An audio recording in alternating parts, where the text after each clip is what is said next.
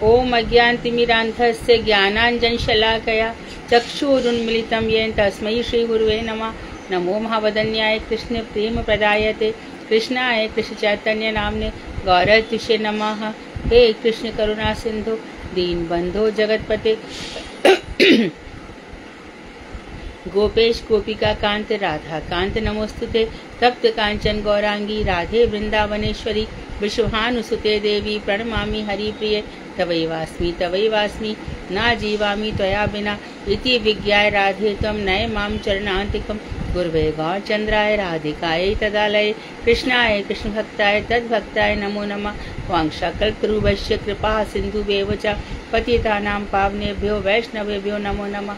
श्री कृष्ण चैतन्य प्रभु नित्यानंद श्री अद्वैत गदाधर श्रीवासादि श्री गौर भक्त वृंद।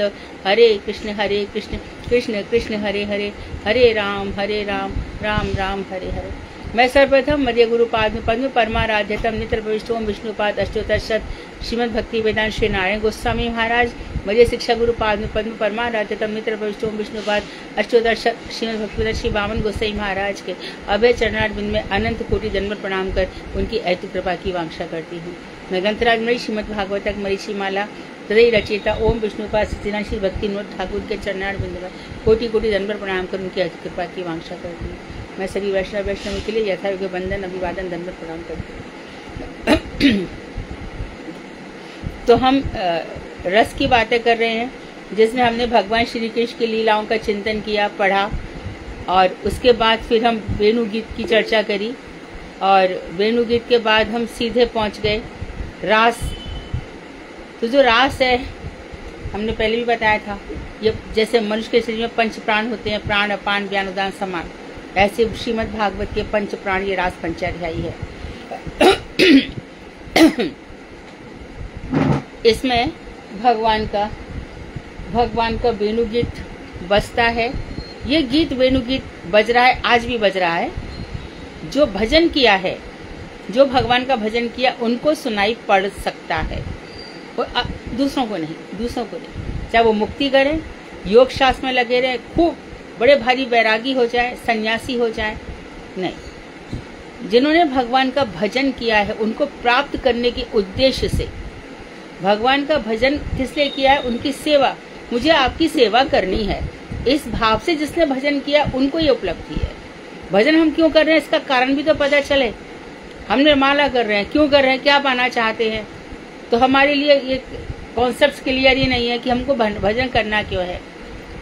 तो उस समय जो नित्य जगत की सेवाएं हैं कि मैं यहाँ पे नहीं, जो आपने संसार बनाया है प्रभु, आपने बनाया है, बहुत सुंदर है। आपने यहाँ पे पहले से हमारे लिए आकाश वायु जल अग्नि तेज पृथ्वी सब कुछ बना रखा है, पहले से बना रखा है आपने। बाकी हमारे कर्मों का फल बना रखा है आपने, सब कुछ यहाँ पर है। सकल पदार्थ है जग माही, कर्महीन नर पावत नाही। सब कुछ है संसार में, लेकिन जिसका भाग्य नहीं है उसको कुछ नहीं मिलता। भाग्य किससे बनता है? कर्म से। और कर्म यदि खराब है बोया पेड़ बबूल का तो आम कहाँ से हो। लेकिन कोई बात नहीं, गलतियां हो गई पिछले जन्मों में, भोग रहे हैं, अब गलती ना हो। तो गलती कब होगी? जब, तो उसमें क्या होता है कि एक तो ये है कि चलो ठाकुर जी फटाफट लगा देंगे अपने रास्ते में। और कभी कभी क्या होता है कि भीष्म पितामह की तरह शरशैया पे भी सोना पड़ता है। भजन नहीं था क्या? शरशैया पे सोयो विष्णु सहस्रनाम भज रहे हैं, जाप कर रहे हैं।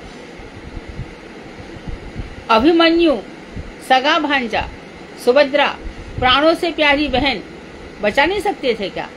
गर्भ में जाकर के अश्वत्थामा के ब्रह्मा से बचा सकते हो और नहीं बचाया। पांडवों के अति प्रिय द्रौपदी के पांचों की पांचों चले गए, बचाया क्या? नहीं बचाया। तो इस तरह से, और फिर इतना सब कुछ बना भी रखा है भाई, तुम लोग सालोक्य कर लो, सारूप्य कर लो, सायुज्य कर लो, साष्टी, 5 प्रकार की मुक्तियां बना रखी हैं। इस धराधाम पर हिमालय बना रखा है, बड़ा आकर्षण है। गंगोत्री वहां से बह रही है, चलो वहां पर प्रकृति का सेवन करेंगे। बहुत से लोग ऐसे भी हैं। तो पूरी पृथ्वी में आप देखोगे कि चारों तरफ कितना सब कुछ बन रहा है। गंगा जी बह रही हैं, सरयू बह रही हैं, अयोध्या धाम बना रखा है, चित्रकूट बना रखा है, किष्किंधा पर्वत बना रखा है। हमारी किशोरी जी का जन्म विंध्याचल पर्वत से भी हुआ, एक कल्प विंध्याचल बना रखा है। नंदगांव में बना रखा है, वहाँ ब्रह्मा जी पर्वत बन के बैठे हैं, और नंदगांव में शंकर नंदीश्वर पर्वत बनकर बैठे हैं। गिरिराज पर्वत बना रखा है। इतना सब कुछ श्री कृष्ण ने यहाँ पे रख रखा है, और इसके बीच में ऐसे लोग भी रख रखे हैं जिनको देखते ही वो शूल की तरह चुभते हैं। भगवान इन्होंने हमारे जीवन में इनको क्यों रखा? ये क्या है? यही हमारा कर्म है। और इसमें ऐसे हम उलझ जाते हैं कि भगवान ने जो चारों तरफ इतना सब बनाया है वो दिखाई नहीं देता। शास्त्रों की बात तो बहुत दूर है, इसी के बीच में हमें शास्त्र पढ़ने हैं। और फिर शास्त्रों में ये शास्त्र कुछ और कह रहे हैं, हमारे जीवन में कुछ और हो रहा है। ऐसा नहीं है। शास्त्रों में जो लिखा है वही सत्य है, वही सत्य है। वेद भी बनाए, कुरान भी बनाए, उपनिषद भी बनाए, और इसके विरोध करने वाले भी बहुत सारे लोग बना दिए जिन पे विश्वास भी नहीं करते, और उनके विरोध में न जाने कितने ग्रंथ लिखे डालते हैं। इनको कहते हैं असत्य शास्त्र, झूठे। तो इन्हीं सब के बीच में हम लोगों को पता है कि श्रीमद् भागवत भगवान श्री कृष्ण का रूप ही है, और उस श्रीमद् भागवत का सभी लोग भागवत कौन नहीं कराता, और कौन नहीं चाहता, और कौन वहां पे आनंद प्राप्त नहीं करता। लेकिन वो क्षणिक आनंद है। भागवत समाप्त हुई, काम खत्म। हमारे हृदय में नहीं बस रही, रोम रोम में नहीं बस रही है। भगवान की कृपा से ही, बहुत बड़ी कृपा होती है, तब भागवत श्रवण करने में, पठन पाठन करने में हमारी रुचि होती है। राधा जी ने उद्धव जी से कहा, हे उद्धव, तुम्हारे सखा से जिसने प्रेम किया तुम्हारे सखा से जिसने प्रेम किया उसका क्या हाल हो जाता है? वो पोथी अर्थात भागवत, पोथी बगल में दबा कर और कंथा पहनकर, आधी सी धोती और एक दुपट्टा लपेट करके घर से निकल जाता है। ये है भागवत का पढ़ना, सुनना, मनन करना। तो भगवान श्री कृष्ण बंशी बजाई, रास में गोपियां आई, और जो मनाए उनसे कहा, इतनी घोर रात है, कोई आता है क्या ऐसे? गोपियों ने जवाब दिया, पहले बुलाते हो फिर ऐसी बातें करते हो। उसके बाद फिर गोपियों को कृष्णात्मिका हो गई, जो जो कृष्ण की लीला करी वो सब लीलाएं वो करने लगी। तो इसलिए भगवान श्री कृष्ण ने कहा, मदगत प्राणा मद चित्ता, उनका चित्त मुझ में लगा था। यदि हमारी स्थिति ऐसी हो जाए तो तभी समझना चाहिए कि हम क्यों भजन कर रहे हैं, क्यों मंत्र जाप कर रहे हैं, गुरु जी हमसे क्या चाहते हैं। गुरु जी भी तो उसी लोक में है। यदि हम सचमुच गुरु जी से प्रेम करते हैं तो हमें गुरु जी के पीछे पीछे चलना चाहिए। गुरु जी राधा जी के पीछे पीछे चल रहे हैं, हम गुरुदेव के पीछे पीछे चल रहे हैं, यही जीवन है। इसके आगे आगे हम पढ़ते हैं।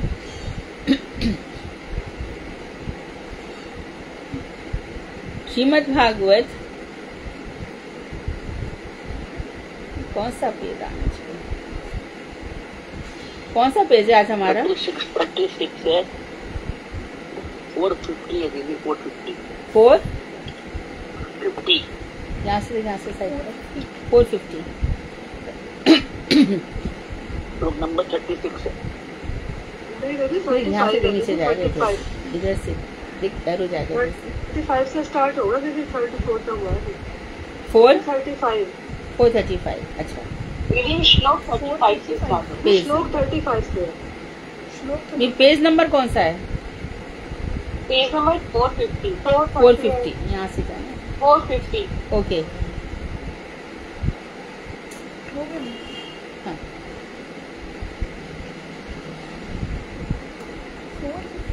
450 पेज एरो से जाना नीचे।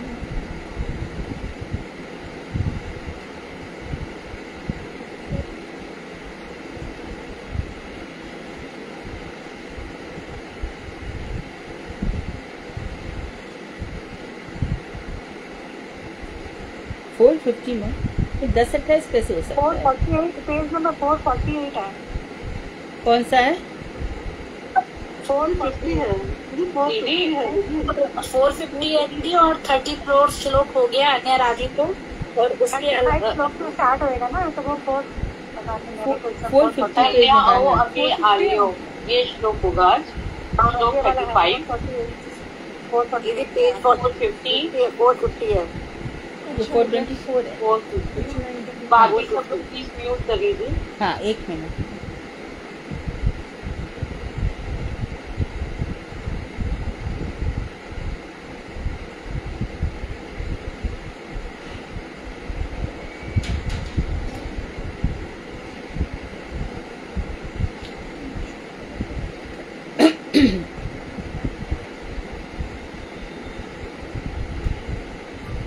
यहाँ से एरो जाएगा ना। तो आज हम गोपी गीत भी पढ़ेंगे और आज सब तैयार है गोपी गीत गाने के लिए, ठीक है ना। गोपी गीत गाना चाहिए, जरूर गाना चाहिए, रात में दिन में। तो हमारा पेज नंबर खुल गया है 450 और आप लोग श्लोक बता रहे हैं आज 39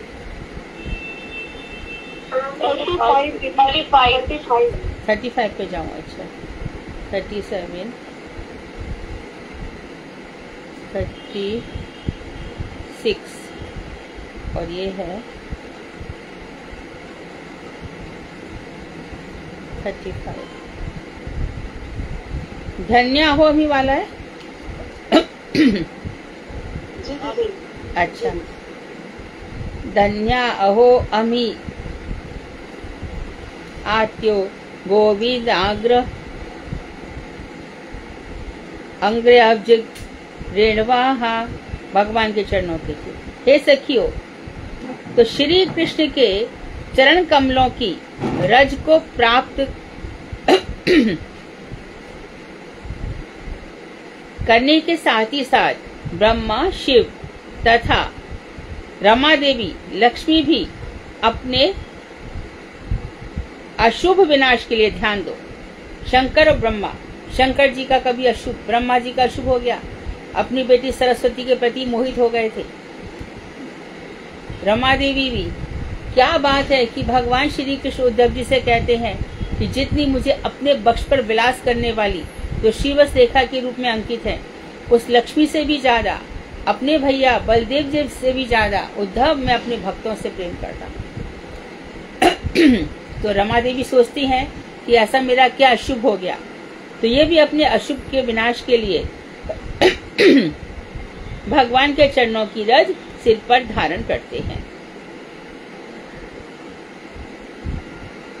श्रीमती राधिका की चरण रेणु से युक्त होकर यह रज श्री कृष्ण की चरण रेणु और भी अधिक धन्य हो गई है।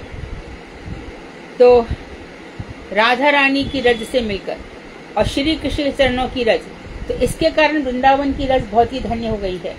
मैंने 2 दिन पहले भी कथा सुनाई थी कि ये सच्ची घटना है। हाँ, जो मैं बता रही हूँ कि वृंदावन में एक महारानी आई थी दर्शन करने के लिए, तो रथ पे बैठ करके आई थी। काफी लोग उनके आगे पीछे चल रहे थे। तो जो महत रानी है वो झाड़ू लगा रही थी, चल चल बाजू हो जा, बाजू हो जा, साइड हो जा, साइड हो जा। तो मैं तनवीर क्यों मुझे साइड कर रहा है? देख तो रानी आ रही है, साइड हो ना। तो उसने कहा देख, रानी होगी तेरी, 3 ही रानी है वृंदावन में। एक तो रज रानी, ये जो धूल है, एक रज रानी, दूसरी राधा रानी और तीसरी में महत रानी। ये रानी कहाँ से आ गई? तो इस तरह से जो रज रानी है, राधा जी के चरणों से युक्त होकर, उनके चरण रेणु से युक्त होकर वृंदावन की रज और भी धन्य हो गई है। यहाँ यह स्पष्ट प्रतीत हो रहा है कि श्रीमती राधिका की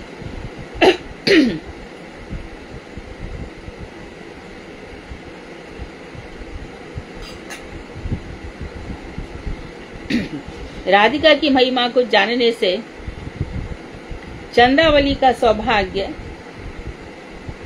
उत्पन्न गर्व दूर हो गया है। तो चंद्रावली को जो अपना सौभाग्य था, क्योंकि है तो चंद्रावली राधा जी की बहन ही है, राधा के चाचा ताऊ की बेटी है चंद्रभानु की बेटी चंद्रावली है। और किशोरी जी वृषभानु लली है, ये चंद्रभानु की बेटी है। परंतु जन्म हुआ है राधिका जी की इच्छा से ही। ये बहुत ही सुंदर है, किशोरी जी से थोड़ी ही कम है। तो इसको भी गर्व है कि बार बार चंद्रावली सोचती है कि कृष्ण मेरे पास आते हैं। लेकिन आज इस चंद्रावली ने राधा रानी की रच की महिमा देखी तो चंद्रावली का गर्व चूर चूर हो गया। तासा अमोनी नाक्षोभम। श्री राधिका की सहचरी ललिता, ये सब है ना नाम इन्होंने दे रखे हैं भक्ति विनोद ठाकुर ने। कमल मंजरी है ना, नित्य जगत में इन्होंने सब कुछ देखा हुआ है, सारा आस्वादन किया हुआ है। आप देखो श्रीमद् भागवत में और कहीं भी गोपियों का नाम नहीं मिलता कि कौन सी गोपी ने क्या हो रहा है यहाँ पर। यहाँ तक कि टीकाकारों ने भी नाम नहीं लिखे हैं। भक्ति विनोद ठाकुर का ये वैशिष्ट है। तो सहचरी जो ललिता है वो सोलुंठ अर्थात बड़ी चतुरता से चातुर्पूर्ण वचनों का अवलंबन लेकर बोली, हे शव्य। शव्य कौन है? शव्य कौन है बताओ? हाँ, चंद्रावली के पक्ष वाली विपक्षा। शव्या, भद्रा, चंद्रावली, हाँ, पद्मा। हे शव्य श्री कृष्ण के चरण कमलों के साथ श्री राधा के चरण कमलों का होना कोई शोभ का विषय नहीं है, तो कोई दुख का विषय नहीं है। इतना क्यों सोच रही हो, है ना? क्योंकि श्रीमती राधिका के अतिरिक्त और किसके चरण चिन्ह को श्री कृष्ण के चरण कमलों के साथ होने का अधिकार हो सकता है। अरे तुम खुद ही सोचो, इतना क्या चिंतित हो रही हो? राधा के साथ कृष्ण के चरण चिन्ह तो राधा जी के साथ ही होंगे ना, और किसी का इतना अधिकार नहीं हो सकता। परंतु फिर भी एक बात यह है कि जो कृष्ण अधरामृत हम सब गोपियों का धन है, उसका वह अकेले ही पान कर रही है, ये चिंता की बात है। केवल वही क्षोभ का विषय है। क्षोभ का विषय तो राधा जी है साथ में, इसमें कोई बात नहीं है। परंतु भगवान श्री कृष्ण के अधरामृत का पान वो अकेले ही कर रही है, यही हमारे लिए दुख का विषय है। ये जो भगवान श्री कृष्ण के अधर की बात करी जाती है, अधरामृत, इसको ऐसे समझो,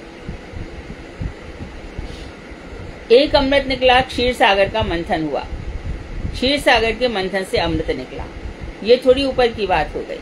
क्षीर सागर में से बहुत सारे रत्न निकले, कामधेनु निकली, ऐरावत हाथी निकला, पारिजात वृक्ष निकला, चंद्रमा निकला, कौस्तुमणि निकली, बड़े भारी निकले, धनवंतरी जी निकले अमृत लेकर के। एक तो वो अमृत है, उसकी क्या औकात थी? बस स्वर्ग तक।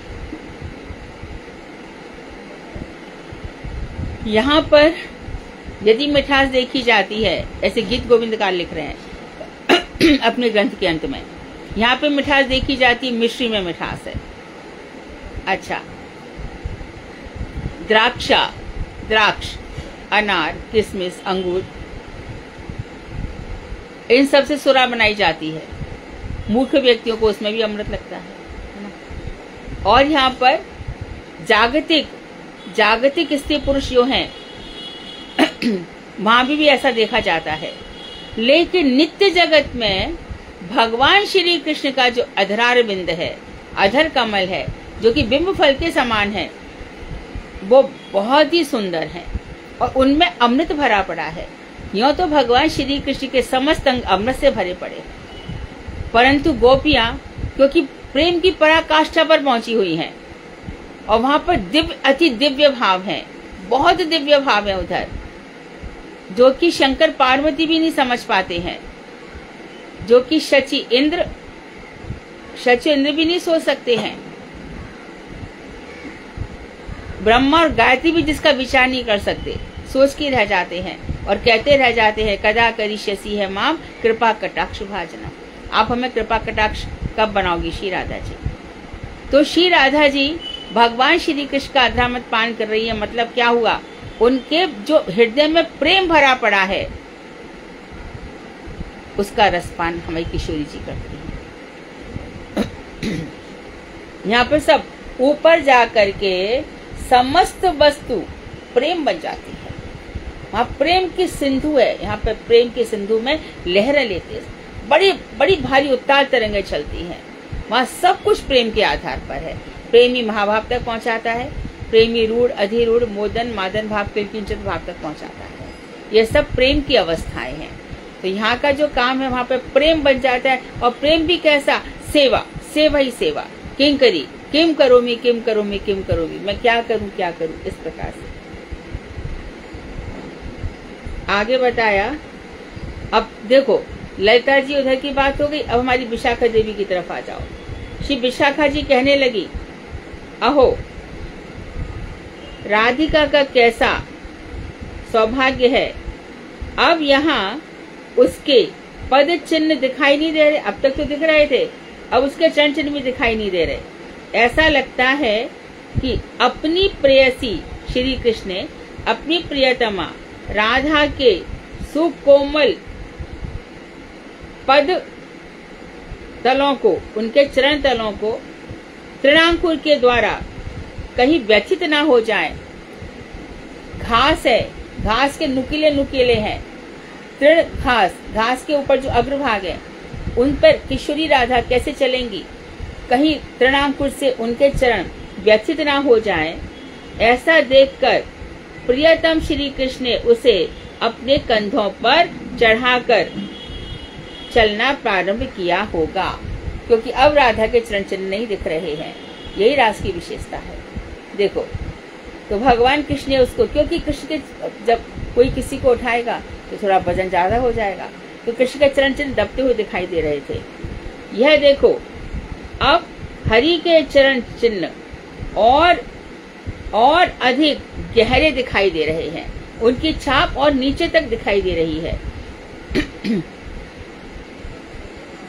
अपनी प्रिया श्री राधिका को वहन कंधे पर ले जाने के कारण भाराक्रांत राधिका कामी श्री कृष्ण के पद चिन्ह और भी अधिक गहरे दिखाई पड़ रहे हैं। उसी चिन्ह को कहा।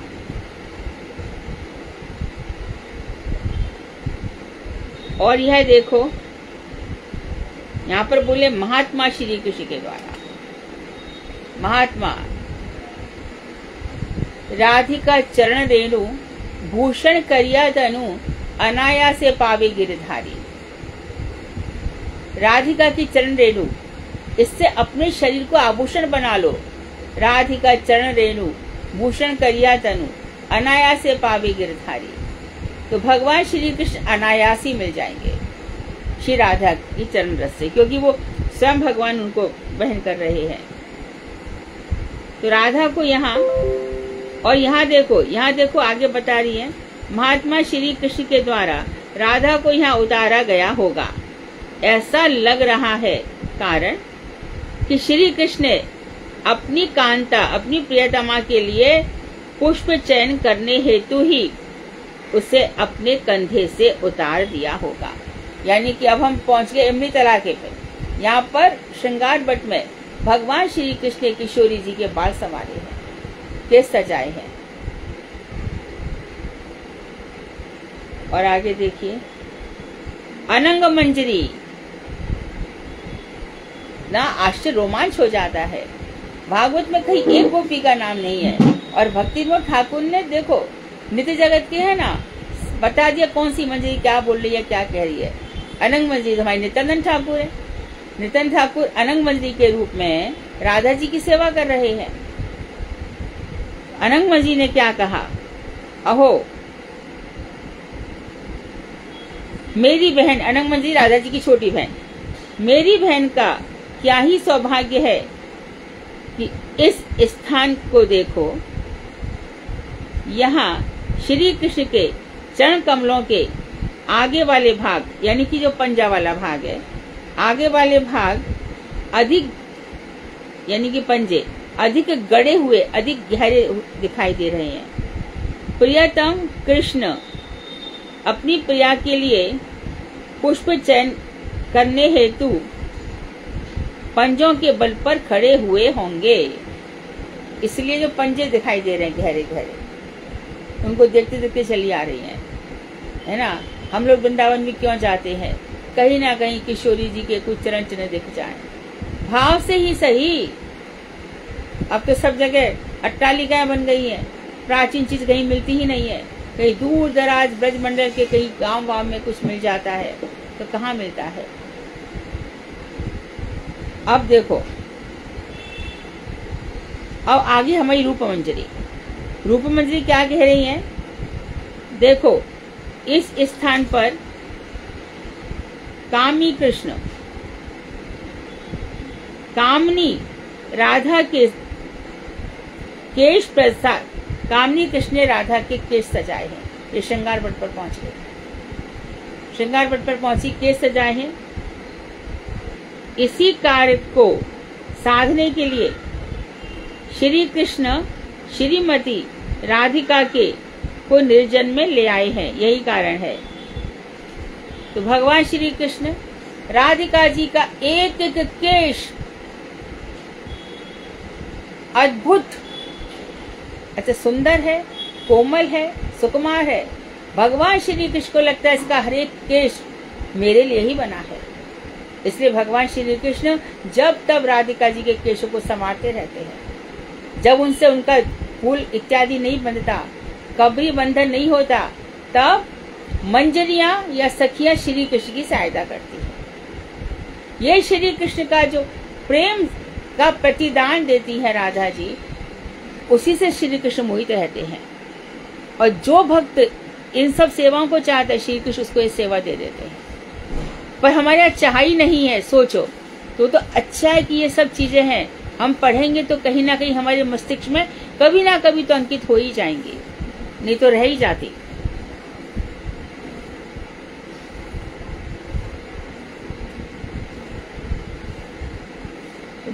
राधिका को निर्जन में लाए हैं समस्त गोपियों के साथ, हाँ, केश प्रसादित करने के लिए, केश संवारने के लिए। सबने देखा होगा श्रृंगार पट पर राधा जी दर्पण देख रही हैं और भगवान श्री कृष्ण सजा रही हैं, और दर्पण में राधिका जी कृष्ण को देख रही हैं। दर्पण में राधिका जी कृष्ण को देख रही हैं। और जो पुष्टि मार्ग वाले हैं, और हमारे यहाँ भी जब भगवान का श्रृंगार कर दिया जाता है तो उनको दिखाया जाता है कि देखो आप कितने सुंदर लग रहे हो। और कृष्ण को अपना सौंदर्य देखकर बड़े गदगद हो जाते हैं, बहुत सुंदर हूँ, राधा मुझे देखकर बड़ी पसंद हो जाएगी, सभी गोपियां मेरी तरफ आकर्षित होंगी, मैं बड़ा आकर्षक हूँ। तभी कहते कि ऐसा मुझ में क्या है जो राधिका मुझे देख करके इतनी प्रमत्त हो जाती है, ऐसा मेरे अंदर क्या है। तो ये तो बड़े होने पर करते हैं, और छोटे होने पर जो मणि स्तंभ है वहां पर अपना मुख देखते हैं और कहते मैया इसके अंदर ये कौन है जो इतना सुंदर है। लाला ये तू ही है। अच्छा, कभी कभी कुएं के जल में अपने आप को देखकर हैरान रह जाते, अपना सौंदर्य देखकर।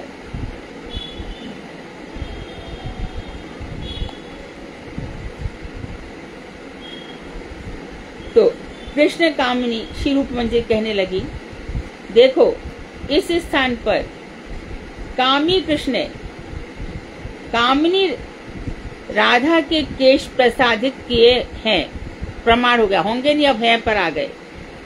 इसी कार्य को साधने के लिए वे श्री कृष्ण श्रीमती राधिका को निर्जन में ले आए हैं, है ना। उस समय तो निर्जन ही था सब।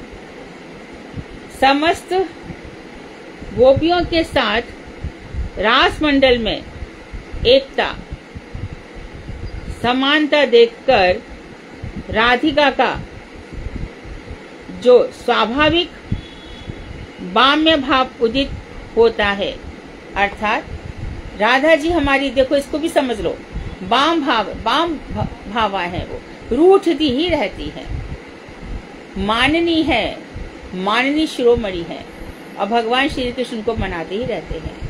और मानो जल्दी मान भी गई तो ललिता जी मानने नहीं देती। ललिताष्टक पढ़ो, बोलेगी थी कुछ, वो क्या कहती है ललिता जी किशोरी जी से, अरे राधे, इस धूर्त के कारण तू ब्रज में कलंकिनी हो गई है और दूसरी से मिलना चाहती है। ये धूर्त है, ये शठ है, ये विठ है, ये प्रेम की पराकाष्ठा है। देखो कैसा हृदय में स्पंदन धड़कन होती है। ऐसा कब होगा? जब हम इन किशोरी, छोटी छोटी किशोरियां वहां पे ना एकदम, ये 12-13 वर्ष की है, अद्भुत सुंदरियां हैं, छोटे छोटे मुकुट पहनती हैं, एकदम इतना सा मुकुट होता है, जहां तक हमारे नीचे जाओगे पाताल में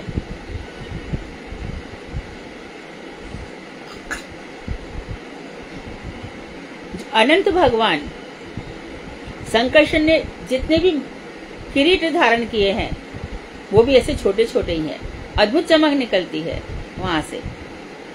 तो ये लोग भी इतने छोटे छोटे मुकुट धारण करती हैं, जिसको चंद्रिका कहते हैं।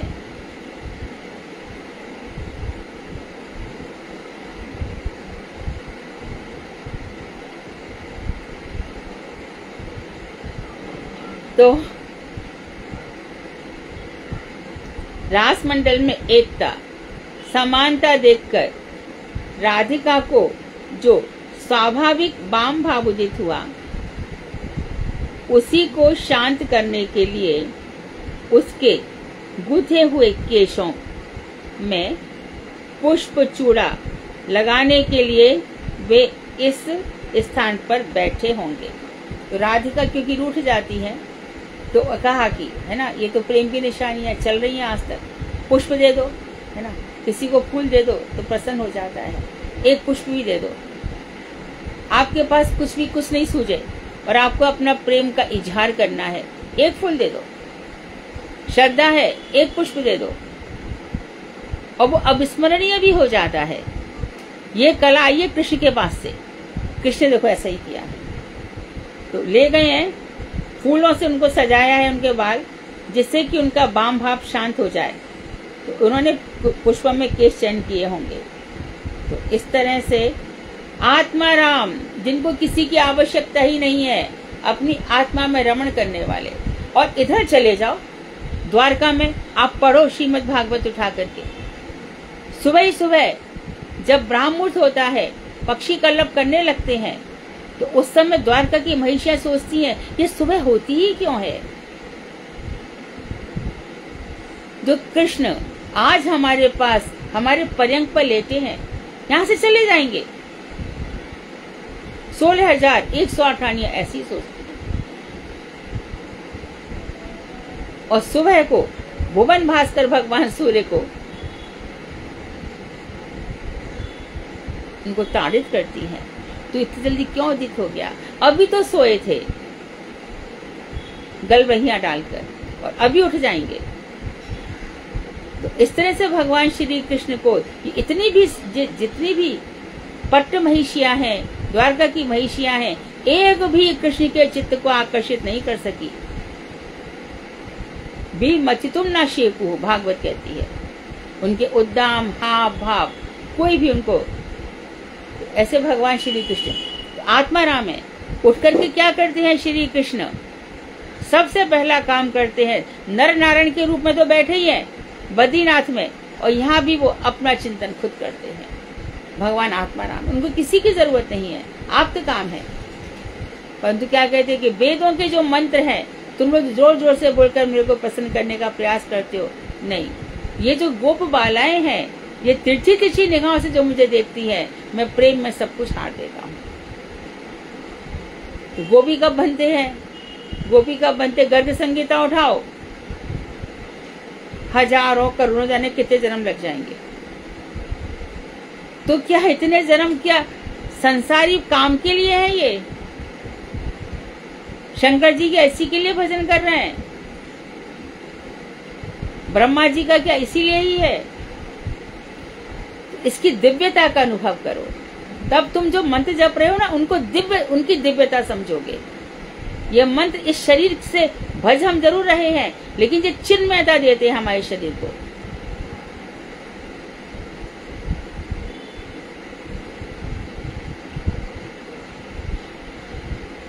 आत्मा राम श्री कृष्ण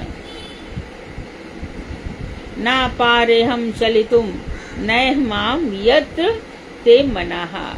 यहाँ पर कह रहे हैं राधा जी क्या कह रही हैं बताएंगे। आत्माराम श्री कृष्ण श्रीमती के साथ एकांत खंडित संभोग रस का आस्वादन कर रहे थे। एकांत में राधा जी से मिलन कर रहे थे, लेकिन खंडित ये मिलन दूर तक नहीं चला, क्योंकि सब आ गई है ना, सबकी सब आ गई, इसको खंडित कहा। रमण के समय कामी पुरुषों का जो दैन्य होता है वह श्री कृष्ण में लक्षित हो रहा है। और ताज्जुब की बात देखो, श्लोक वही है और भक्ति विनोद ठाकुर के अर्थ कितने अलग हैं, और आप भागवत उठाओगे तो इसके अर्थ बहुत अलग है।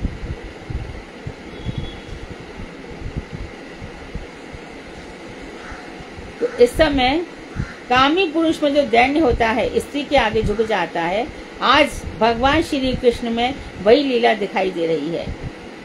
कामनी का जो अभिमान आदि दुर्लभता भाव रूप दौरात्म्य है, तो कामनी है उसमें क्या होता है कि दुर्लभता होती है, यदि इजीली मिल जाए तो इसमें दौरात्म्य होता है, अर्थात वो नायक के हाथों जल्दी नहीं आती, इसमें प्रच्छन्न कामुकता रहती है, गुरुजनों का भय रहता है, दुर्लभता रहती है। यह श्रीमती में स्वभावतः प्रकाशित हुआ, क्योंकि उनके अंदर यह है, स्वाभाविक है। श्री राधा जी माननीय है। इस प्रकार प्रियतम के साथ किए जा रहे अपने विहार के प्राय समाप्त होने पर श्रीमती के मन में अन्य गोपियों की व्याकुलता का विचार उदित हुआ। तब राधा जी श्री कृष्ण के साथ रही, उनके साथ विहार किया। अरे ये गोपियां जिन्होंने मेरे अनुगत में इतना भजन किया है, मैं अकेले ही रमण कर रही हूँ, इनका भी अधिकार बनता है। ऐसा राधा जी ने मन में विचार किया। ये अर्थ खाली यहीं पे मिलेंगे मरीचिमाला में। अन्य समस्त गोपियां श्रीमती की काय व्यूह हैं, उनके शरीर से ही निकली है। अन्य सभी गोपियां, राधा जी 360 भाव से भगवान की आराधना करती है, इसलिए इतनी सारी गोपियों को प्रकट भी कर देती है। उनके साथ श्री कृष्ण के मिलन में श्रीमती को स्वाभाविक दुख सुख होता है, और ये स्वयं अपनी सखियों को या मंजरी को कहती है श्री कृष्ण से मिलो। सखियां तब भी स्वतंत्र है श्री कृष्ण से मिलने के लिए, मंजरियां तो कभी नहीं मिलती हैं। मंजरी तो कहती भी हैं, कभी श्री कृष्ण मेरा आलिंगन करना चाहेंगे तो मैं वहां से भाग आऊंगी, मुझे राधा जी के साथ ही चाहिए। रास के अतिरिक्त सबके साथ श्री कृष्ण का मिलन संभव नहीं है, क्योंकि रास में तो आपने 100 करोड़ गोपियां और 100 करोड़ कृष्ण, रास में उन्होंने ऐसी लीला करी। तो यदि हर समय ऐसी लीला करेंगे तो फिर तो हर समय रास रहेगा। क्या तो चंद्रावली दुखी होगी, क्या शैव्या दुखी होगी, क्या ललिता होगी, क्या विशाखा होगी। यहाँ तो मात्र श्री राधा जी से ही मिलने जाते हैं। कभी कभी राधा जी करती हैं, जैसे कि गाठोली। राधा जी ने क्या किया, गाठोली में ललिता जी के दुपट्टे के साथ श्री कृष्ण की गांठ बांधी थी। ऐसे आपस में कुछ कर दे तो बात अलग है। रास करने का श्री कृष्ण का मन भी है, वो रास करना भी चाहते हैं। अतएव स्वाधीन भर्तिका का भाव प्रदर्शन करते हुए राधा गर्वित होकर बोली। स्वाधीन भर्तिका अर्थात वो नायिका जिसका पति उसके अधीन है, जिसका प्रेमी उसके अधीन है। जो 8 प्रकार की नायिका हैं, स्वाधीन भर्तिका, वासक सज्जा, कलंतारिदा, खंडिता, इस तरह से। तो इसमें जो स्वाधीन भर्तिका नायिका है, जिसमें जो उसका पति है उसके अधीन है, तो ऐसे गर्व से गर्वित होकर राधिका बोली, हे कृष्ण मैं थक गई हूँ, लेकिन उन्होंने जानबूझ करके बोला है ऐसा, क्योंकि वो अकेले रमण नहीं करना चाहती। यदि और कृष्ण यहाँ से चले गए तो ये सब गोपियों ने इतनी तपस्या करके यहाँ पर आई हैं, तो ये उनको सही नहीं होगा। ये मेरी कृपा के अधीन है। ऐसी कृपा करो श्री राधे, राधे ऐसी कृपा करो, दीजो वृंदावन को बास, ऐसी कृपा चाहिए। तो ऐसे जब हो जाएगा, दीजो वृंदावन को बास, दीजो हरि भक्तन को साथ, ऐसी कृपा करो श्री राधे, दीजो वृंदावन को बास। क्यों ऐसा सब कुछ त्याग करके, सब कुछ छोड़ छाड़ करके ब्रजवासिन के टुकड़ा पाऊं, ऐसा कब होगा? जब निर्जन वन में, बरसाने के गंभीरा में, जहाँ पर ये दोनों प्रिया प्रियतम होंगे और मैं वहां पर अकेले अकेले उनको पुकारती हुई डोला करूंगी, है ना। तो राधा जी थक गई हैं, मैं थक गई हूँ, चल नहीं सकती। अब तुम्हारी जहाँ इच्छा हो वहां मुझे ले चलो, अर्थात रास स्थली ले चलो। ये भक्तिविनोद ठाकुर ने अर्थ दिए, अंदर के अर्थ दिए। तुम्हारी जहाँ इच्छा हो वहां मुझे ले चलो, रास स्थली में ले चलो। क्योंकि अकेले इतनी सब गोपियां हैं, अकेले कृष्ण चले गए यहाँ से, तो इन गोपियों को कुछ नहीं मिलेगा। श्री कृष्ण श्रीमती के मन के भावों को समझ गए और फिर अपनी प्रिया से कहने लगे, प्रिय मेरे कंधे पर आरोहण करो, तुम मेरे कंधे पर चढ़ जाओ। यह कहते कहते श्री कृष्ण श्रीमती का विप्रलंब भाव देखने की इच्छा से, देखो अब मेरे वियोग में राधिका क्या करेगी, क्या कहेगी, क्या न करेगी। विरह विदग्धा वन में, वो विरह विदग्धा वन में कैसे रहेगी, कैसे रहेगी, मैं देखूंगा। गए थोड़ी थे, नहीं छुपे थे, आड़ में छुप गए थे अलक्षित भाव से।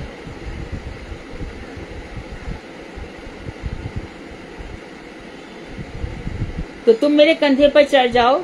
यह कहते कहते श्री कृष्ण श्रीमती का विप्रलंब देखने की इच्छा से, वियोग में राधा क्या कहेंगी, क्या करेंगी, इसके लिए भगवान अंतर्धान हो गए। अंतर्ध्यान नहीं होता, अंतर्धान है सही शब्द। विप्रलंब में प्रथमतः सबसे पहले सुख की, विप्रलंब में सबसे पहले सुख की अधिकता होती है। तत्पश्चात स्वाधीन भर्ती का जो अभिमान रूप द्वैरात्म है वह दूर हो जाता है। तो शुरू में तो देखते हैं वियोग है, देखते हैं कब तक रहेगा। तो स्वाधीन भर्तिका कहती, अरे ये तो मेरे अधीन थे, ये मुझे छोड़ के चले गए, शुरू में तो उसको सुख मिलता है, अरे कब तक रहेंगे देखते हैं। तो यहाँ पर भी यही हुआ है। अतः श्रीमती को संपूर्ण रूप से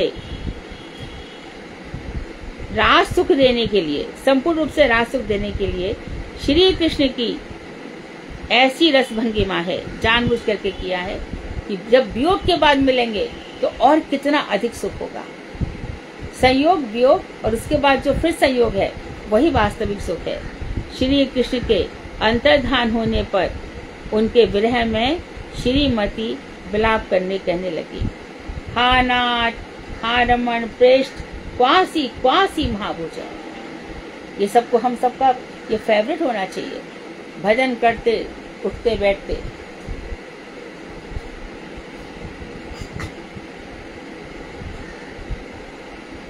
राधा जी के भावों में हमें बोलना चाहिए, हा नाथ, हा रमण, आपने मेरे साथ रमण किया था। हा प्रेष्ठ, हे परम प्रियतम। क्वासी क्वासी महाभुज, हे विशाल भुजाओं वाले, आप कहाँ हो, कहाँ हो, कहाँ हो। और क्या करो, दास्यास्ते कृपणाया, मैं तुम्हारी दासी हूँ। हे सखे, दर्शय सन्निधिम, आओ और मुझे समीप में आओ और मुझे दर्शन दो। श्री कृष्ण के विरह ये सब विप्रलम्ब हुआ। हे नाथ, हे महाभोज, हे रमण, राधा रमण, हे प्रेष्ठ, इस समय तुम कहाँ हो? हे सखे, इस दीनहीन दासी को पुनः दर्शन दो। तब अनिविच्छन्तो भगवतो, जो सब गोपियां श्री कृष्ण के गमन मार्ग का अन्वेषण कर रही थी, कहाँ गए हैं कृष्ण, कहाँ गए हैं कृष्ण, कौन से मार्ग से गए हैं, ये सब जो गोपियां खोज रही थी, उन्होंने दूर से ही प्रियतम के वियोग से मोहित होने वाली दुखी सखी को देखा। अरे जिसके विषय में हम इतना सोच रहे थे, इसको ले गए हैं, इसके पुष्प चयन किए, बालों को सजाया है, ये क्या, ये भी तो दुखी होकर के यहाँ पड़ी है। देखो श्री राधा जी की कृपा, जानबूझ करके राधा कृष्ण ऐसी लीला की है।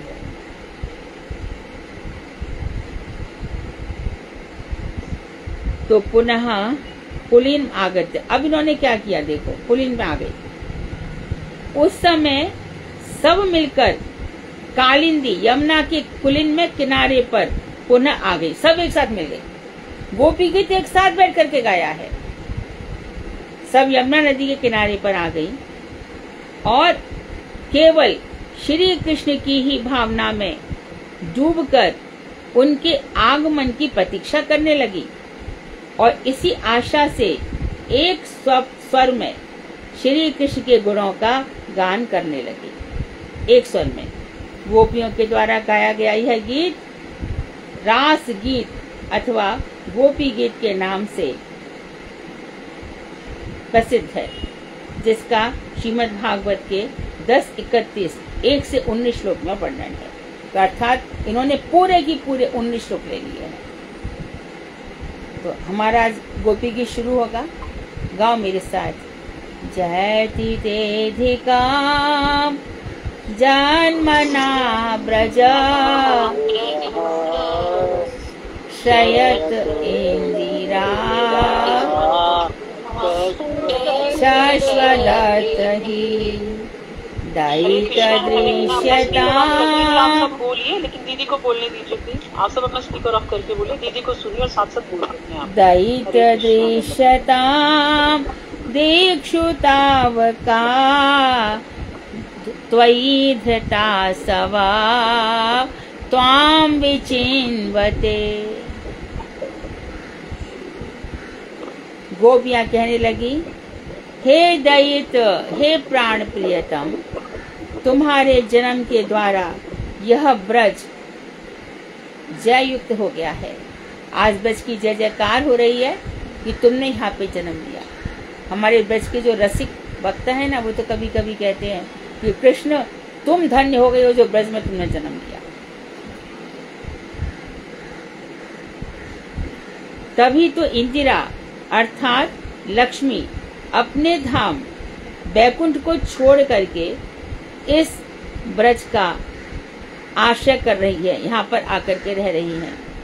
हमारे सामने प्रकट होकर तुम अपने दर्शन दो। क्यों? धृता स्वाहा, हमने अपने प्राण तुम में ही लगा रखे हैं, तुम्हें ही अपने प्राणों का समर्पण कर रखा है और हम तुम्हें त्वाम विचिन्वते, तुम्हें ढूंढ रही है। तो ये हमने पढ़ा। भारती, आपने और क्या क्या पुस्तक में से ढूंढा है, आप बताएंगी? हाँ जी, हरे कृष्णा दीदी, दंडवत प्रणाम। हाँ, यहाँ पर जब सारी की सारी गोपियाँ वापस पुलिन पे आ जाती हैं, तो पुलिन के थोड़ा सा वहाँ के बारे में बता रखा कि पुलिन में सुशीतल चंद्रमा की किरणें थी, मृदु मंद वायु थी और अनेक प्रकार के पुष्पों द्वारा वो पुलिन सुशोभित था। तो वहाँ बैठकर आकर जो सारी की सारी गोपियाँ थी वो एक साथ गान करने लगी। क्या कहती हैं? ये जो सबसे पहले वाला श्लोक है जयति तेदिकम, तो ये श्री चंद्रावली सखी ने गाया है। वे कह रही है, हे दैत, ब्रज में तुम्हारा जन्म होने से 84 कोस व्यापिनी यह ब्रज भूमि समस्त संपदाओं का निवास स्थान बन गई है। संपत्तियों यहाँ किसी का, प्रकार का, इस पर संपत्तियों का निवास स्थान बन गया। हाँ हाँ जी, हाँ जी, यहाँ किसी प्रकार का दैन्य दुख नहीं है। यहाँ सभी ब्रजवासी संतोष और आनंद पूर्वक जीवन व्यतीत कर रहे हैं।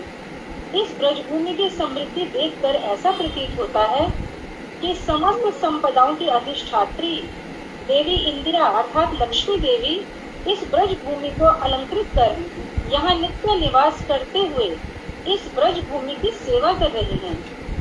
जो लक्ष्मी जी वैकुंठ आदि लोकों में सभी की सेव्या हैं, वे स्वयं इस ब्रजभूमि की सेवा कर रही हैं। अतः यह ब्रजभूमि वैकुंठ आदि लोकों से भी अधिक समृद्धशाली है। किंतु हे प्रिय, हमारा कैसा दुर्भाग्य है कि समस्त सुख संपदाओं से परिपूर्ण इस ब्रज में तुम्हारी दासी केवल हम गोपियां ही तुम्हारे गृह दुख से अत्यंत पीड़ित होकर तुम्हें चारों ओर ढूंढ रही हैं। तुमने हमें अपनी दासी कहकर अंगीकार किया है। हमारी भी यही दृढ़ धारणा है कि हम तुम्हारी दासी हैं, किंतु समस्त सुख संपदाओं से परिपूर्ण इस ब्रज में यदि हम निरंतर असहनीय दुख भोग कर रहे हैं तो यह केवल हमारा दुर्भाग्य ही है। यदि हमारे प्राण हमारे पास होते तो तुम्हारे इस अत्यंत तीव्र ग्रह में हम अपने प्राणों का परित्याग करके सुखी हो जाते, किंतु हमारे प्राण तो पूर्णतया तुम्हारे चरणों में समर्पित हैं।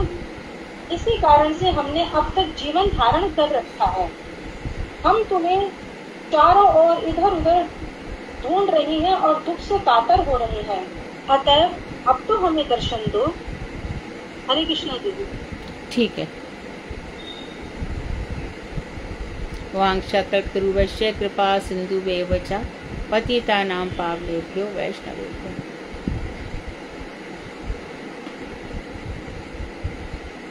आज खूब विस्तार डाले हम लोगों ने पूरी कथा में। खूब आनंद ले रहे हो तुम लोग कथाओं का, है ना? सुंदर। कोई प्रश्न ना हो तो भागवत। हाँ, हरे कृष्णा दीदी। दौरात्म्य का क्या अर्थ होता है? किसका? भाव रूप दौरात्म्य। हाँ, यहाँ पे लिखा भाव रूप दौरात्म्य। दौरात्म्य। हाँ, यहाँ पर दौरात्म्य का अर्थ है, एक तो होता है साधु, एक होता है दुरात्मा। तो यहाँ पर कौन सा दुरात्मा चल रहा है? रूठना, मटकना, बाम भाव दिखाना, इस तरह से ये दुरात्मा। हाँ, यहाँ पर इसका अर्थ ये है।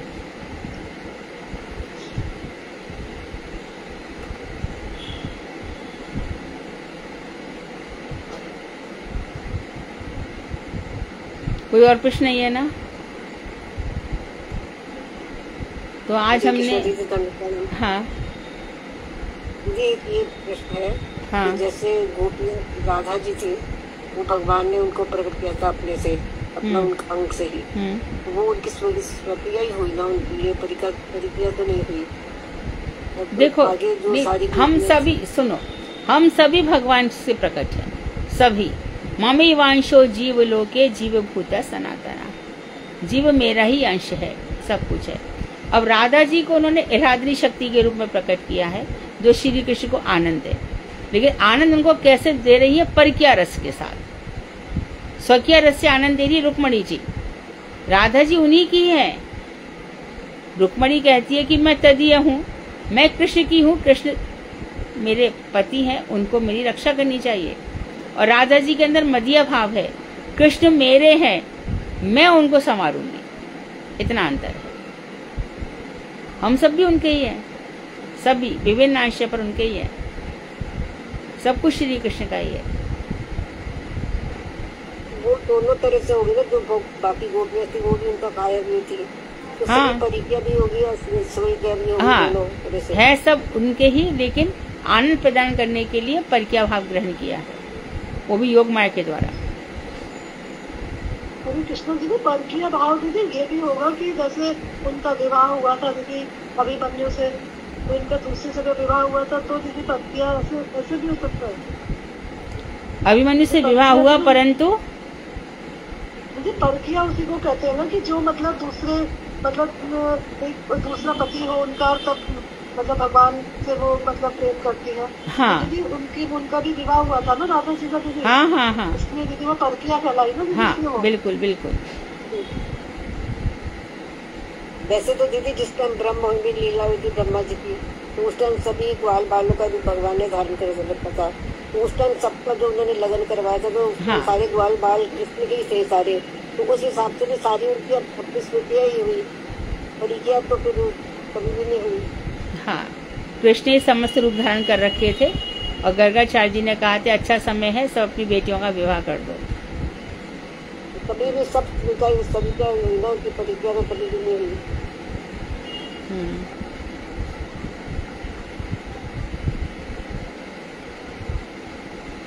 हरे कृष्ण दीदी दंडवत प्रणाम। हाँ दीदी जो द्वारका की पट महिषियाँ हैं इनमें समंजसा रहती है ना,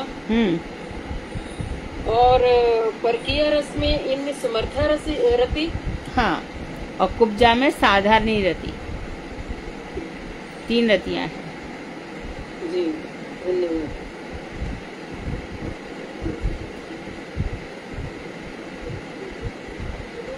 तो आज प्रारंभ कर रहे हैं, जितना हो सके आज करें क्योंकि आज दूसरी क्लास भी है और समय काफ़ी हो चुका है।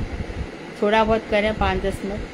साधना और सुधा, आज भागवत जगत में एक नया कीर्तिमान स्थापित होगा। हमने उसको ड्रामेटिक बना दिया है, संवादात्मक आपस में, जिससे कि ये चीज़ें हमारे हृदय में अच्छी तरह से घर कर जाए। प्रश्न उत्तर में जो भी जितना तथ्य है वो प्रश्न उत्तर में होगा। बोलिए। हरे कृष्णा दीदी दंडवत प्रणाम। दंडवत। वांछा कर्तव्य कृपा सुंदर पतिता नाम पांडु वैष्णव ज्ञान कुमरांधस्य ज्ञानंजन शलाक्या चक्षुरुन्मीलितं येन तस्मै श्री गुरुवे। मैं सर्वप्रथम अपने गुरुदेव नित्यलीला प्रविष्णु विष्णुपाद अष्टोत्तर श्री श्रीमद् भक्ति विज्ञान भारती गोस्वामी महाराज तदनंतर संपूर्ण रूपानुगुरु में कोटि कोटि दंडवत प्रणाम करते हुए उनसे उनका स्नेह और कृपा की वांछा करती हूँ। श्रीमद् भागवतम का जो हम ये अध्याय करने जा रहे हैं इसके पीछे प्रेरणा सिर्फ और सिर्फ मधु दीदी की है। हम सबके लिए वो शिक्षा गुरु हैं, लेकिन मेरे लिए वो शिक्षा गुरु से कहीं और हैं। मेरी परम प्रिय दीदी जिन्होंने कि हमेशा पग पग पर मुझे संभाला और मुझे ये समझाने का प्रयास किया कि जीवन में, एक स्त्री के जीवन में, इस जीवन के अलावा भी बहुत कुछ है, बल्कि जीवन गौण है। स्त्री का जीवन जो हमारी प्राथमिकता है वो हमारा भक्ति करना है। और दीदी आपने मेरे जीवन में जिस तरह आकर मेरे जीवन में प्रकाश फैलाने का प्रयास किया है उसके हालांकि मैं उतनी हकदार नहीं हूँ, लेकिन फिर भी आप मेरे को कदम कदम पे संभाल रहे हो। मैं इसलिए आपकी इस जन्म में तो कृतज्ञ हुई हूँ। अगले जन्म में भी मैं आऊँगी और मुझे पता है मेरे अभी अनर्थ बाकी हैं, बहुत अपराध भी हैं, लेकिन मेरी हमेशा ये आपसे प्रार्थना है कि आप जहाँ भी रहो और मैं जहाँ भी रहूँ मेरा पग पग पे इसी तरह प्रदर्शन करते, मेरे को मार्गदर्शन करना और मुझे सही मार्ग दिखा के भक्ति पे लगाए रखना। इस तरह से आप मेरा ही, हम सबके जो सब क्लास में जुड़े हुए हैं, आप सबका मार्गदर्शन कर रहे हैं, उसके लिए बहुत बहुत धन्यवाद। और आप सबको भी मेरा यथायुग दंडवत प्रणाम। हमने एक प्रयास किया है दीदी की आशाओं पे, उम्मीदों पे हम कितना उतर पाते हैं खरा ये दीदी ही देख पाएंगी। और मेरी आप सबसे प्रार्थना है कि कोई असावधानी, त्रुटि कुछ भी हो तो आप हमें बोल सकती हैं, बता सकते हैं कि यहाँ पर ये ठीक नहीं है, हम उसको सुधारने का प्रयास करेंगे। दीदी यहाँ पर राजा रघुगण और जड़ भरत जी के जो प्रश्न उत्तर शुरू हुए हैं, अध्याय 6 से हमने इसको लेना शुरू किया और 13-14 तक हमने इसमें, अध्याय 13-14 तक हमने इसमें जहाँ हमारी सीमित बुद्धि से हुआ प्रयास हमने वो किया है। 3 लोगों का इसमें कॉन्ट्रीब्यूशन है, साधना दीदी, शालू दीदी और थोड़ा बहुत मेरा। हम तीनों ने मिलकर इसमें काम किया है, इसके प्रश्न उत्तर बनाए हैं जिसमें कि हमें कुछ समय भी लगा है। तो आपके मार्गदर्शन में हम आगे चलने का प्रयास कर रहे हैं। राजा रघुगण यहाँ पर साधना दीदी शुरू करेंगी, उनके प्रश्न होंगे और जड़ भरत जी होने के नाते जड़ भरत जी के जो उत्तर हैं वो मैं देने का प्रयास करूँगी। एक परिचय हम ले लेते हैं पहले जड़ भरत जी का और उसके बाद साधना दीदी राजा रघुगण का परिचय देंगे। शॉर्ट में बस संक्षेप में परिचय फटाफट बोल देता है। हालांकि हम सब जानते हैं लेकिन आधार बनाने के लिए कथा था। जड़ भरत जी ये भगवत अवतार श्री ऋषभ देव जी एवं जयंती के 100 पुत्रों में से सबसे बड़े थे वे भगवान के प्रति अनुरागी थे एवं उनके गृह त्याग के बाद भरत जी राजा बने। राजा भरत ने विश्वरूप की पुत्री पंचजनी से विवाह किया एवं उनके 5 पुत्र हुए। उन्होंने अपने पिता के पच्चीनों पर चलकर विद्यानुष्ठान द्वारा श्री हरि को प्रसन्न करने का प्रयास किया। भगवान वासुदेव में उनकी दृढ़ भक्ति हो गई। वे राज्य आदि छोड़कर पुलह आश्रम में चले गए और एक दिन में नदी में स्नान कर प्रणव का जाप कर रहे थे कि उसी समय सिंह की गर्जना से जल पी रही गर्भवती हिरनी का गर्भ नदी में ही गिर गया व उस हिरनी ने छलांग लगाकर नदी पार कर प्राण छोड़ दिए। उनकी असहाय मृग शावक में आसक्ति हो गई। एक दिन जब मृग शिशु दिखाई नहीं दिया तो उसके पुकारते उन्होंने प्राण छोड़े। अगले जन्म में मृग बने, लेकिन पूर्व जन्म की स्वीकृति के कारण भगवत स्मृति बनी रही व उनको वैराग्य हो गया। मृग शरीर में वे पुलस्त्य तथा पुलह ऋषि के आश्रम में आ गए और सूखे पत्ते आदि खाकर मृतदेह के त्याग की प्रतीक्षा करने लगे। अंत में गंडकी के पवित्र जल में प्राण त्याग दिए। अब उनका ब्राह्मण कुल में जन्म हुआ। पूर्व जन्म का वृतांत त्याग होने के कारण लोगों के सम्मुख जड़ व उन्मत्त के समान आचरण करने लगे। लोग उनके साथ अन्यायपूर्ण व्यवहार करते थे, पर वे कभी खिन्न नहीं होते थे। एक बार दस्यु के अनुचर बलि देने के लिए गए। देवी भगवत भक्त के प्रति अत्याचार देखकर क्रुद्ध हो गई व सब दस्युओं का संहार कर दिया। एक समय सिंधु और सौबीर राज्यों का राजा रहुगण कपिल मुनि के आश्रम में जा रहा था। मार्ग में कहारों को एक और कहार की आवश्यकता हुई। जड़ भरत जी उन्हें उपयुक्त लगे तो उनको भी पालकी ढोने में लगा दिया। पालकी ढोते समय वे सावधानी पूर्वक चल रहे थे, अतः अन्य कहारों के साथ न चल पाने के कारण पालकी का संतुलन बिगड़ रहा था। इस पर राजा क्रोधित होकर कटु वचन बोलने लगा। तब जड़ भरत जी ने उन्हें तत्व ज्ञान दिया एवं राजा रहुगण ने अपने व्यवहार के लिए क्षमा प्रार्थना करी। राजा रहुगण का संक्षेप में परिचय साधना दीदी देंगी। दीदी बोलिए, हम इस कथा को 4:30 के ऊपर नहीं चलाएंगे, कोशिश करेंगे और पहले इसको पूर्ण करें, बाकी हम लोग कल कर लेंगे। साधना दीदी। हाँ जी, हरे कृष्णा दीदी, दंडवत प्रणाम। सर्वप्रथम मैं अपने गुरुदेव के चरणों में अनंत कोटि दंडवत प्रणाम करती हूँ। परम गुरुदेव के चरणों में अनंत कोटि दंडवत प्रणाम। तत्पश्चात अपने दीदी मधु दीदी भागवताचार्य, जिनकी प्रेरणा से हमने इसको तैयार करने का प्रयास किया है। इसका सारा श्रेय दीदी का है। मैंने तो इस ग्रंथ को भी, जो कहते हैं ना, महज जनों की कृपा होती है तभी इतने सुंदर ग्रंथ घर में आते हैं, तो दीदी की कृपा से ही आए हैं। दीदी की उसमें गई थी मैं कथा में और उसको सुनकर प्रेरणा हुई और मैंने लिए। तो दीदी मैं आपकी बहुत कृतज्ञ हूँ। राजा रहुगण का मैं रोल प्ले कर रही हूँ। तो मेरा संक्षिप्त परिचय है। सिंधु और सौवीर राज्यों का राजा रहुगण, उसे अपने राजा होने का अभिमान था। रजोगुण और तमोगुण की प्रधानता के कारण उसका अहंकार बहुत अधिक बढ़ गया था। वह अपने आप को पंडित समझता था, पर योगियों की अद्भुत कथनी और करनी से अपरिचित था। एक समय वह कुछ शंकाओं के समाधान के लिए कपिल मुनि के आश्रम में पालकी पर सवार होकर जा रहा था। पालकी ढोने के लिए एक कहार की कमी होने पर अन्य कहारों ने उनके बलिष्ठ शरीर और यौवन अवस्था को देखकर उन्हें पालकी ढोने में लगा लिया। वो जब चल रहे थे तो बड़े सावधानी पूर्वक चल रहे थे कि कोई जीव जंतु के हत्या न हो जाए, तो पालकी का संतुलन जो है वो बिगड़ पड़ा। इस पर राजा ने जड़ भरत जी पर कटाक्ष किया। इसे उन्होंने बड़े सहज भाव से लिया और अंत में उन्हें ज्ञान दिया। राजा रहुगण ने जड़ भरत द्वारा दिए गए तत्व ज्ञान को सुनकर अपने आचरण के लिए क्षमा प्रार्थना की और अपनी जिज्ञासाओं के समाधान के लिए भी प्रार्थना की। हरे कृष्णा दीदी। अब क्वेश्चन आंसर शुरू कर रहे हैं दीदी। 2-1 कर लेते हैं। 4:19 हो चुके हैं क्योंकि। ठीक है, बहुत सुंदर। पालकी के असंतुलित होने का कारण क्या था? पालकी ढोते समय जड़ भरत जी आगे की 3 फुट जमीन को देखने के लिए रुक जाते ताकि चींटी या अन्य कोई सूक्ष्म प्राणी उनके पांव के नीचे ना आ जाए। इसकी वजह से पालकी बार बार असंतुलित हो रही थी। अरे भाई, लगता है तुम निश्चय ही थक गए हो, क्योंकि अकेले ही पालकी वहन कर रहे हो। बुढ़ापे के कारण क्या अधिक थक गए हो?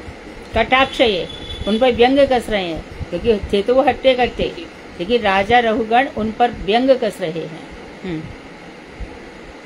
हे वीर, तुम्हारे वचन सत्य हैं, बुलाना मात्र नहीं, आपके शब्दों में मुझे कोई विरोध भी नजर नहीं आता है। भार तो शरीर द्वारा वहन किया जाता है, आत्मा द्वारा नहीं। यदि आत्मा द्वारा भार ढोया जाता तो आपके सब वचन विरुद्ध होते। मैं देह से अलग हूँ, अतः वाहक नहीं हूँ। पालकी उठाने में मेरा कोई परिश्रम ही नहीं है, क्योंकि मार्ग में जाने वाले आप हैं। आपका लौकिक और मेरी आत्मा का पारलौकिक मार्ग और गंतव्य स्थल दोनों ही भिन्न हैं। मेरा गंतव्य स्थल भी अगर आप जैसा ही होता तो मुझे कष्ट हो सकता था, लेकिन मेरा ऐसा कोई उद्देश्य नहीं तो कष्ट भी नहीं।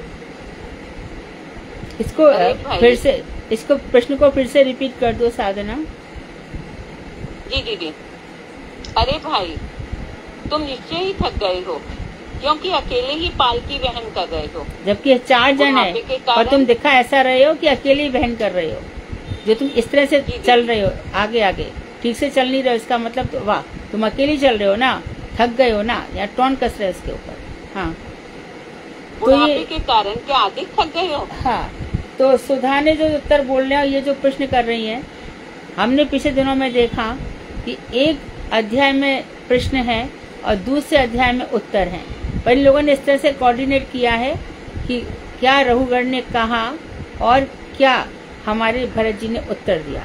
ये बहुत मेहनत का काम हुआ है, मेरे ख्याल से 1 महीना लगा होगा इसमें। बहुत सुंदर। हाँ, तो थकान के ऊपर उन्होंने क्या बोला, सुधा टाइम लग जाएगा, चलेगा। थकान के ऊपर उन्होंने क्या बोला फिर से बताएं। जी, हे वीर, तुम्हारे वचन सत्य हैं, बुलाना मात्र नहीं है। बुलाना मतलब शब्दों में बुलाना ही नहीं दे रहे हो, मुझ पर टोंट नहीं कर रहे हो, सच ही कह रहे हो। हाँ हाँ, सच है। आपके शब्दों में मुझे कोई विरोध भी नजर नहीं आता है। भार तो शरीर द्वारा वहन किया जाता है, आत्मा द्वारा नहीं। यदि आत्मा द्वारा भार ढोया जाता तो आपके सब वचन विरुद्ध होते। मैं देह से अलग हूँ, अतः वाहक नहीं हूँ। पालकी उठाने में मेरा कोई परिश्रम ही नहीं है। उन्होंने क्या कहा कि भार शरीर द्वारा ढोया जाता है, आत्मा द्वारा नहीं, ये कहा उन्होंने, है ना। और क्या कहा कि जो यानी कि संसार में देह से अलग हूँ। हम जितना भी सम परिश्रम कर रहे हैं उसमें आत्मा का कोई कनेक्शन नहीं है, इसलिए आत्मा को भगवान में लगे रहने दो। लेकिन क्योंकि मन इस शरीर में रहता है और मन के बहुत समीप आत्मा है, तो हमको लगता है मेरी आत्मा बड़ा कष्ट पा रही है, हमारी आत्मा तो बड़ी तप्त हो गई। आत्मा निर्विकार है, इसको कुछ भी नहीं होता। आत्मा को न थकान होती है, न सुख होता है, न दुख होता है। जो कुछ होता है मन को होता है। अब इसलिए इसको फिर से कंटिन्यू कर दो। जी, यदि आत्मा द्वारा भार ढोया जाता तो आपके सब वचन विरुद्ध होते। मैं देह से अलग हूँ, अतः वाहक नहीं हूँ। पालकी उठाने में मेरा कोई परिश्रम ही नहीं है, क्योंकि मार्ग में जाने वाले आप हैं। आपका लौकिक और मेरी आत्मा का पारलौकिक मार्ग और गंतव्य स्थल दोनों ही भिन्न हैं। मेरा गंतव्य स्थल भी अगर आप जैसा ही होता तो मुझे कष्ट हो सकता था। हाँ, तुम कहीं और जा रहे हो और मैं कहीं और जा रहा हूँ। तुम्हारा गंतव्य स्थान कुछ और है और मेरा गंतव्य स्थान कुछ और है। लेकिन मेरा ऐसा कोई उद्देश्य नहीं तो कष्ट भी नहीं। हे सखे, तुम्हारा शरीर भी बलिष्ठ नहीं है, ना ही तुम्हारे अंग सुदृढ़ हैं। ये सब वाहक भी तुम्हारा सहयोग नहीं कर रहे हैं। देह और आत्मा के अंतर को ना समझने वाले मूर्ख ही ऐसा व्यवहार करते हैं, क्योंकि आपकी ये सब बातें देह संबंधित हैं। तत्ववेत्ता आत्मा के विषय में ऐसी बात नहीं करते। मैं अर्थात आत्मा स्थूल नहीं हूँ। शरीर में अभिमान होने से शारीरिक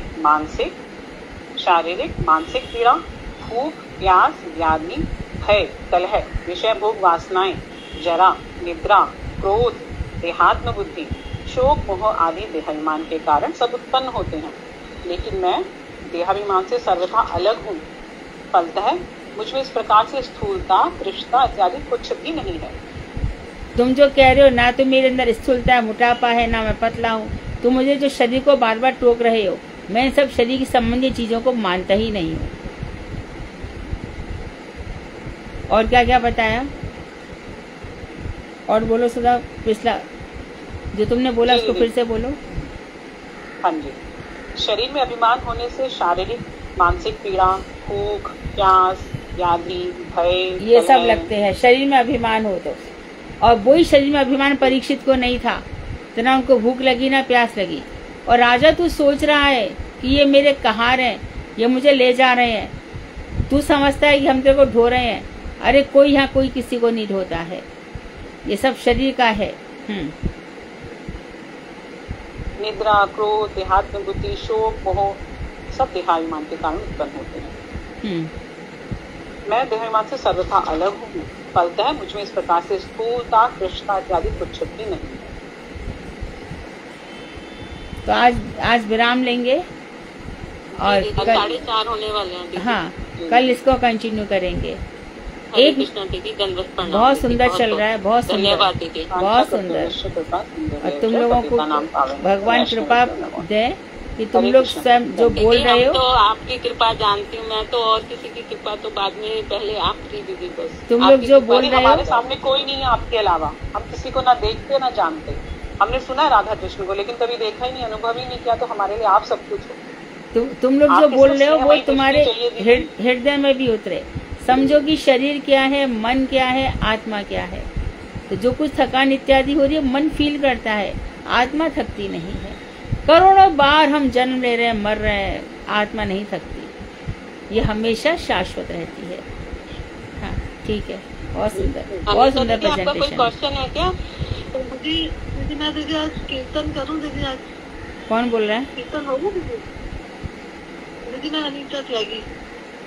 हाँ लेकिन एक, हाँ बहुत शॉर्ट में करना, कल से लंबा कर सकती हो, आज शॉर्ट करना। राधिका चरण रेणु भूषण करिया तनु, अनायास पावे गिरधारी, अनायास पावे गिरधारी। राधिका चरण आश्रय कर से महाशय, सारे मुई जाओ बलिहारी, सारे मुई जाओ बलिहारी। जय जय राधा नाम वृंदावन यारे धाम, कृष्ण सुख विलासिर दीदी, इन राधा गुण गाने साधु नील मोरे गानो, वंचित करिल मोरे दीदी, वंचित करिल मोरे दीदी। सारे भक्त संगे सदा रस लीला प्रेम कथा, दे कर से पाए धन श्याम, दे पाए से पाए, दे कर से पाए धन श्याम। इहा तेरे मुख जय सारे प्रभु सिद्धि गाए, नाही दिन सुनी तार नाम, हाँ नाही दिन सुनी तार नाम। कृष्ण नाम गाने भाई, राधिका चरण पाए, राधा नाम गाने कृष्ण चंद्र, राधा नाम गाने कृष्ण चंद्र। संक्षेप कहेनु कथा, बुझाओ मने रे व्यथा, दुखमय नय कथा द्वंद्वा, दुखमय अन्य कथा द्वंद्वा। राधिका चरण रेणु भूषण करिया तनु, अनायास पावे गिरधारी, अनायास पावे गिरधारी। जय राधे जय राधे जय राधे जय श्री राधे। हरे कृष्णा दीदी, बहुत अच्छा, ठीक है। हरे कृष्णा दीदी, धन्यवाद प्रणाम। बस मुझे एक चीज बोलना था सबको।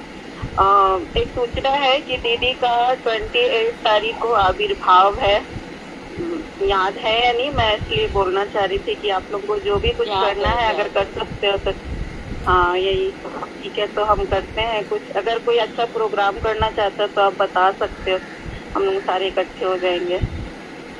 हरे कृष्णा दीदी, धन्यवाद प्रणाम। सब अम्मा आ जाओ। मैं तो आ ही जाती दीदी, मगर क्या करे, कुछ पैरों में ऐसी बेड़ियां लगी है ना, मैं जा ही नहीं पा रही हूँ। बस अंदर से ही सब कुछ कर करके रह जाते हैं। अगर दीदी बुलाएंगे दिल से तो आ जाऊंगी। हाँ, सभी लोग हम सभी का जन्म सभी का इम्पोर्टेंट है। सभी लोग भगवान श्री कृष्ण की आराधना करें, श्री राधा जी के चरणों में अपने आप को समर्पण करें। यही सबसे बड़ा, कुछ भी सेलिब्रेशन किसी का भी, यही सबसे बड़ा है। हम अपने आप को भगवान राधा कृष्ण के चरणों में समर्पण करें। ध्यान रखें, जीवन बहुत थोड़ा है और हमें बहुत सारा प्राप्त करना है, इसका ध्यान रखें। हरे कृष्ण। दीदी, हमारे अंदर भी आपकी तरह से ये प्रेरणा जागे, बस जाग तो रही है। इतना तो कितना कहाँ से कहाँ तो पहुँच गए हो।